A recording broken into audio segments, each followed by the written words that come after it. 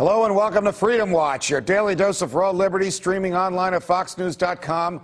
I'm your host, Judge Andrew Napolitano, here defending freedom, defending your natural rights, and defending your right to have a government that stays within the confines of the Constitution.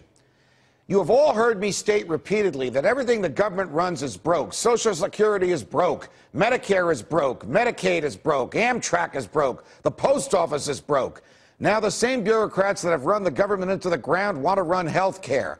And they also want us to believe that they can fix the economy and repair the damage done to the dollar by recklessly borrowing and ruthlessly printing money and by spending into the trillions.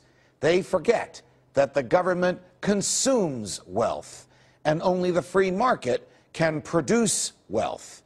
In an upcoming article in Forbes magazine, Congressman Ron Paul says, be prepared for the worst. The large-scale government intervention in the economy is going to end badly. It's now my pleasure to introduce one of America's great defenders of freedom and liberty today. Congressman Ron Paul joins us from our nation's capital. He is the author of the New York Times bestseller, one of his several bestsellers, End the Fed.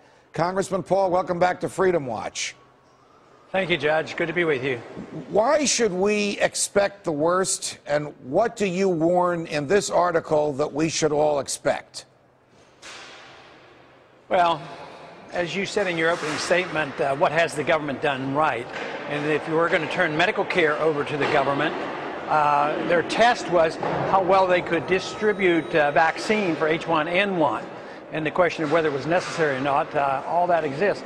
But they did that so poorly and intervened so viciously in our rights, and that sent a message. I think that is part of the problem going on throughout society and throughout the markets right now, is the governments just are totally inept. And the pretense is that, oh, the stimulus is working. You hear the liberal writers saying, oh, the stimulus worked. All we need is more of it, and then it would have really worked. Well, the trouble is it didn't work.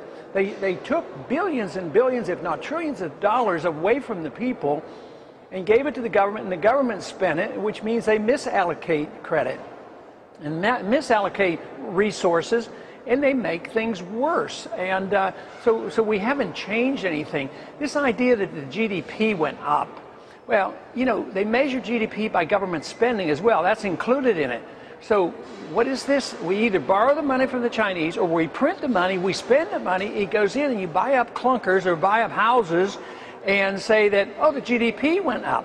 Well, it has to be temporary, and that's been my argument. That's my argument in the article, is that if you see economic growth returning, you're kidding yourself, because all the bad policies are in place. And unfortunately, from the people I deal with here in Washington, there aren't very many free market economists here or believe in the free market. They've all been trained and indoctrinated by Keynesian economics, and they really don't believe in freedom and sound money in the sense that I do. You point out in your article, Congressman Paul, that we are seeing some little snippets of growth here and there today. You call them some green shoots of growth. Just as we saw in 1930, when Hoover, and later FDR, of course, were trying to micromanage the economy from Washington, D.C. Why do we see these snippets of growth, and why should we reject the government's claims that they are a sign of better things to come? Well, I think it's part of human nature, because nothing goes down until the very end stages with a currency. At the end stages, the currency does fall off a cliff and it goes down. But if you look at the dollar's been going down for many, many decades. So all markets go up and down and have blips, but you have to look at trends. So because the market just really was bad a year ago, the fact that, you know, a lot of money is pumped in and people are trying to stimulate things, even when they're artificial, it will look like there are some, you know, growth in the economy. But I think that's all a delusion. I think it's a mistake.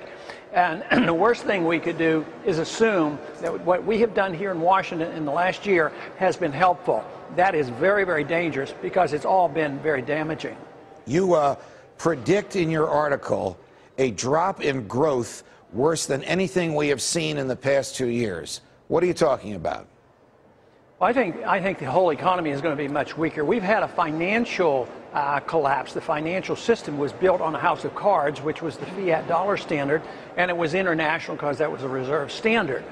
But we haven't had a dollar crisis. Matter of fact, the dollar is benefiting to a degree right now because there is still a lot of dollars out there, and people don't even know where to park them. So they park it in Treasury bills, which helps the Fed and drives down the interest rates, helps the government. But that is all temporary. When the dollar collapses, what happens is the people recognize what you said earlier on, that everything the government touches is bankrupt. And when that comes about, already we saw an early sign of this. The Social Security beneficiaries didn't get any cost of living increase this year as a pretense that there really wasn't any inflation and we're going to straighten up our house. But eventually, everything the government touches and passes out, the dollar will lose its value. So the more dollars they print, the more value it loses. So far, they have been lucky enough that they printed dollars and the people have taken it, like Goldman Sachs and others keep making more and more. But eventually, this dollar is going to quit working, and then everybody's going to know what poverty is all about. You and I have talked about this off air, but we keep hearing rumors and snippets and references in the blogs to it. Are you considering running for the nomination of a party for president in 2012? Not seriously, but I listen to them, and that's a long way off. I think more about what the dollar is doing today and what we're going to do with health care and a few other things. So my plans aren't that far out. So no, I'm not giving it serious consideration. But you must know that there are millions out there that would ardently desire this. We did Freedom Watch last week before a live student audience at Drexel University in Philadelphia, in the same room where then Senator McCain and then Senator Obama debated in one of the debates a year ago. Everybody was asking me, and these are students, is Ron Paul going to run for president? Well, Judge, I think it might be your turn this go around. So you and I have to have another private conversation on this. Congressman Paul, always a pleasure. Thanks for joining us on Freedom Watch. Thank you.